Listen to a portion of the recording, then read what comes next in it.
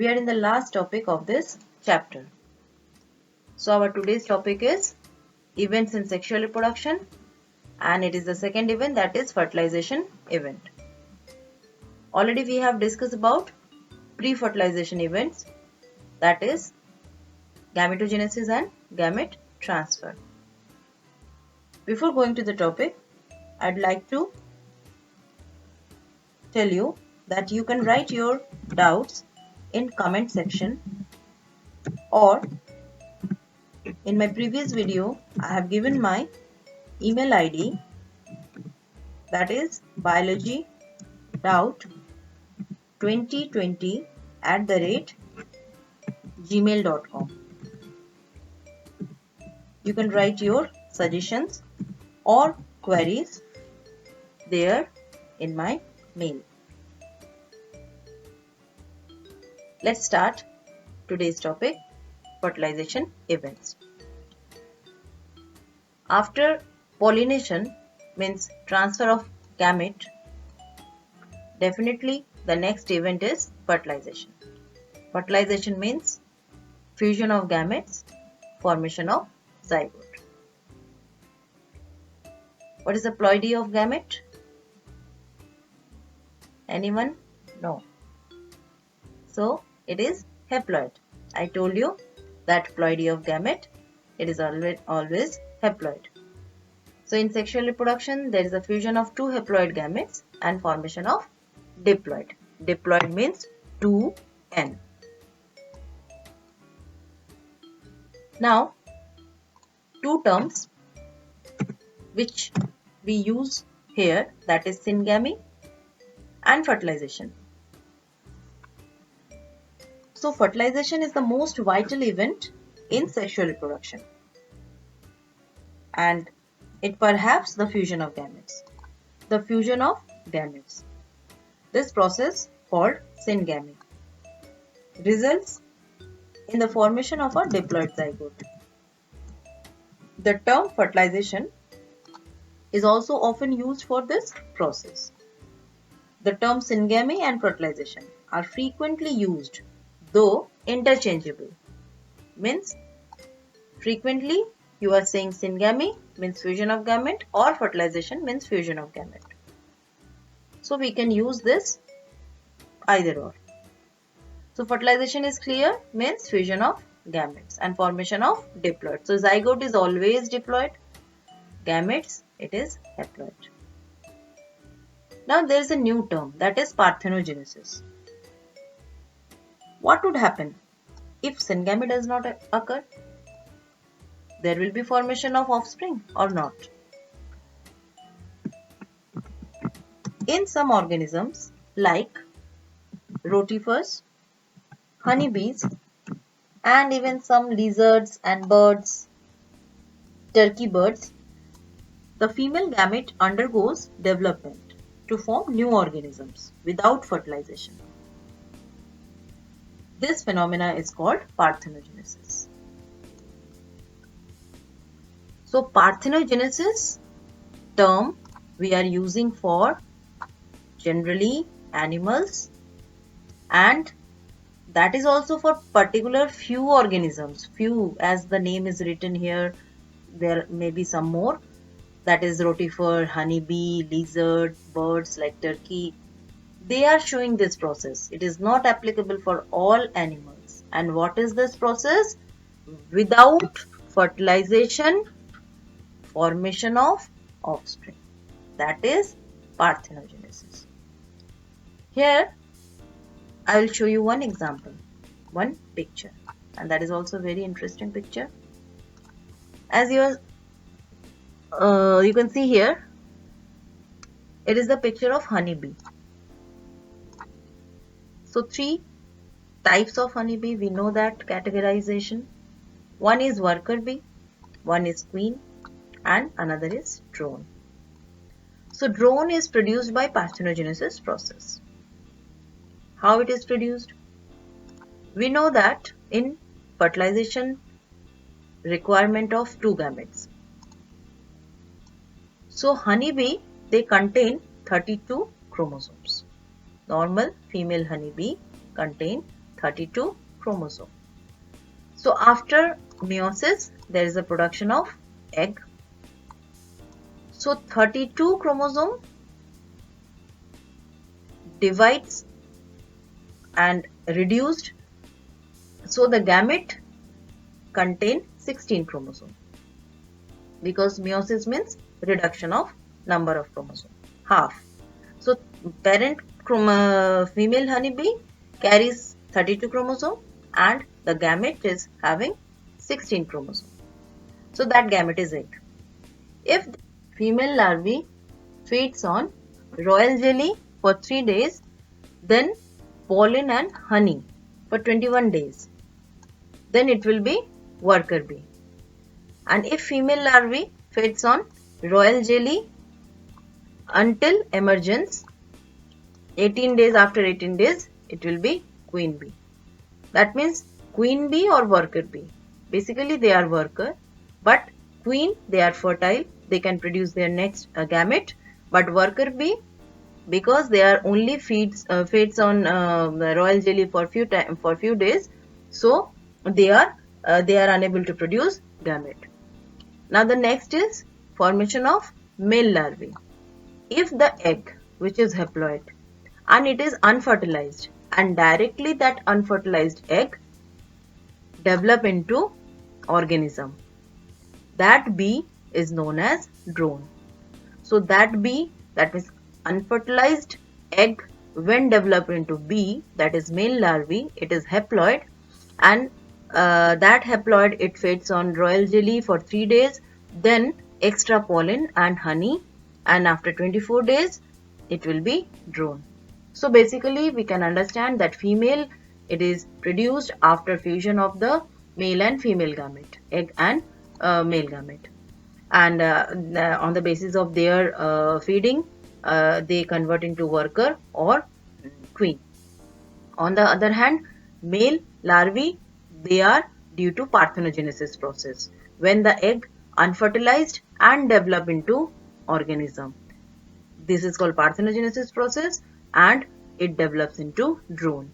So these drone, again by mitosis, they are haploid, again by mitosis they can produce male gamete, and that male gamete can fuse with the egg. So I think the process is clear. This is the process in honeybee. So the honeybee is having 32 chromosome in diploid case and 16 chromosome in haploid case. Now the next. Where does syngamy occur? Means already we are reading about fertilization, parthenogenesis and syngamy. Syngamy means fusion of gametes. So the question is, where does it occur? In most aquatic organisms, such as a majority of algae and fishes, as well as amphibians, syngamy occurs in the external medium, that is in water, outside the body of the organism. So this type of gametic fusion is called external fertilization. Organisms exhibiting external fertilization show great synchrony between the sexes and release a large number of gametes into the surrounding medium in order to enhance the chances of syngamy. This happens in the bony fishes and frogs, where a large number of offsprings are produced. So in external fertilization, the thing is clear, and this is very simple. Already we are knowing that external means outside of the body. Where the fertilization occurs outside of the body, mostly it occurs in aquatic organism, as examples are given here, then it is called external fertilization. So disadvantages of external fertilization. Definitely the production of the male and female gamete, it is in huge number. So there are some disadvantages. So what are these? Number 1, it requires a media for fusion of gametes. Number 2, organisms produces large number of gametes because there are predators that destroys eggs and offspring. So the survival of the life, that means chances for the survival of life, that is, it is high risk, at the high risk. So production of the gamete, that is also very huge amount, large number. Now number 4, that is less or no parental care is taken to young one, because it is an environment outside of the body, so no parental care. The survivability rate of offspring to adult is late or low, exactly. So the main thing, the main disadvantages of external fertilization is, that is, mostly offspring are extremely vulnerable to predators, threatening their survival up to adulthood. So extremely vulnerable. So they are threatened to their adulthood, survival to their adulthood. Now the next is, that is, internal fertilization.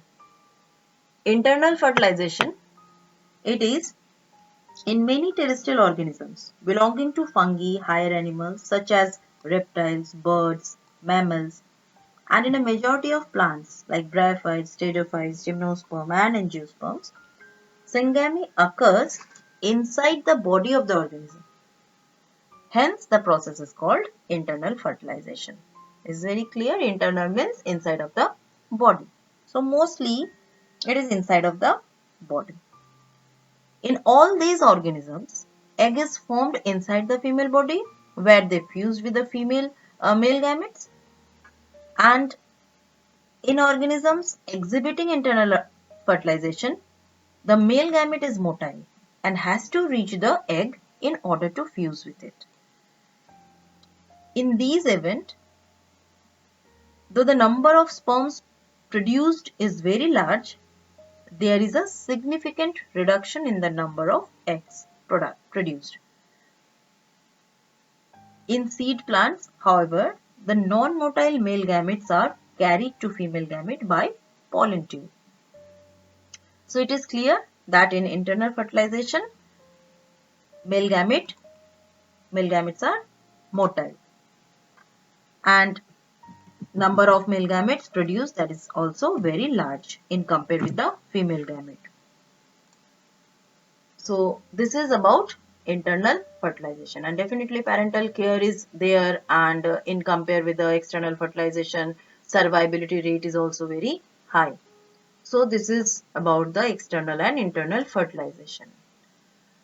Now the next topic, that is post fertilization events. Post fertilization events, it is after the formation of zygote. So whatever event in sexual reproduction after the formation of zygotes are called post-fertilization events. Zygote, I think it is clear now, no need to tell you again. That is, zygote means it is diploid and after fusion of the gamete. Further development of the zygote depend on the type of life cycle the organism has and the environment it is exposed to. In organisms belonging to fungi and algae, zygote develops a thick wall that is resistant to desiccation and damage. It undergoes a period of rest before germination. Now the next thing is about the life cycle, which is not there in your class 12 book, but that already we have read in our class 11 book. That different types of life cycle, haplontic, diplontic and haplodiplontic life cycle. So in case of haplontic life cycle, there will be zygotic meiosis, that zygote will undergo meiosis process, and then there will be production of haploid organism, and that will be haplontic life cycle. If it is diplontic life cycle, that same zygote in number, that is diploid zygote, simply there will be cell division and formation of the organism, that is diplontic life cycle. And haplodiplontic, I explain you in your class 11, that is bryophytes and pteridophytes, how they that means perform their life cycle. So it is all about your that development of the zygote, whatever type of cell division will be there, that depends on their life cycle, which is there in your class 11 book. Now the next topic is embryo Embryogenesis. The meaning of embryogenesis means process of development of embryo from the zygote. And during embryogenesis, zygote undergoes cell division, that is normal cell division, mitosis, and cell differentiation. While cell division increases the number of cells in the developing embryo, and cell differentiation helps groups of cells to undergo certain modification to form specialized tissues and organs to form an organism. So about this cell division already you have studied, and cell differentiation also I think you are knowing. So no need to discuss these things here. So embryogenesis, once again, formation of embryo, development of embryo from the zygote, that is embryogenesis. And basic two processes involved here, that is cell division and cell differentiation. So simple mitosis, and by cell differentiation, formation of the organs. Now, animals can be grouped into two categories based on how and where the development of the zygote takes place: oviparous and viviparous. About this also I think you are knowing. Oviparous, in class I told you oviparous, OV. So if you are unable to remember the term, then you can understand by this that oviparous, O means egg, O.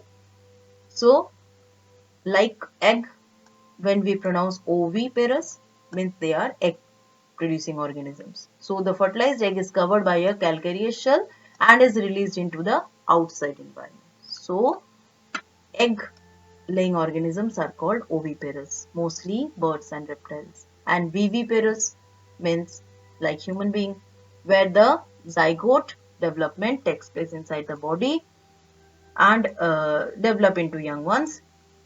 After development of the young one, it delivered outside. So that is viviparous. So you just understand that viviparous means human being, and oviparous, that is egg, bird, O, anda. Now after formation of this zygote and embryo, now post fertilization, that means embryo development. So how it occurs? Here in very short it is written that zygote develops into embryo. We are knowing ovule develops into seed, ovary develops into fruit, and after seeds dispersed and germinate to form new plants. Here you can see picture of fruits, that is pea, a few kind of fruits showing seeds and protective pericarp. So S for seed and P for pericarp. So what is the meaning of pericarp? Pericarp means thick wall of fruit. This is protective wall. So that is pericarp. So you can see that pericarp is present in each and every fruit, which is showing here. After that, I will show you one page of your book. Book page number 13. Here you can see already this topic I have covered in my previous video. So that is the haploid and diploid number of gametes. So you can see here that human beings 46, diploid number is 46 and haploid number 23. Likewise, you have to feel all this. Means it is very simple. If housefly diploid number is 12, what will be the haploid number gamete? N, that will be 6. Likewise, I think you can do it. So you do it by yourself. This is your one assignment, you can think. Important questions for practice. There are, for first question, you can see here two different types of question. One is short answer type question, very short, I think one word, and second one is MCQ type question. So you can write answer of these question multiple choice type question, you can write the option in comment also, you can write, and or you can mail it. So this is your assignment, important question.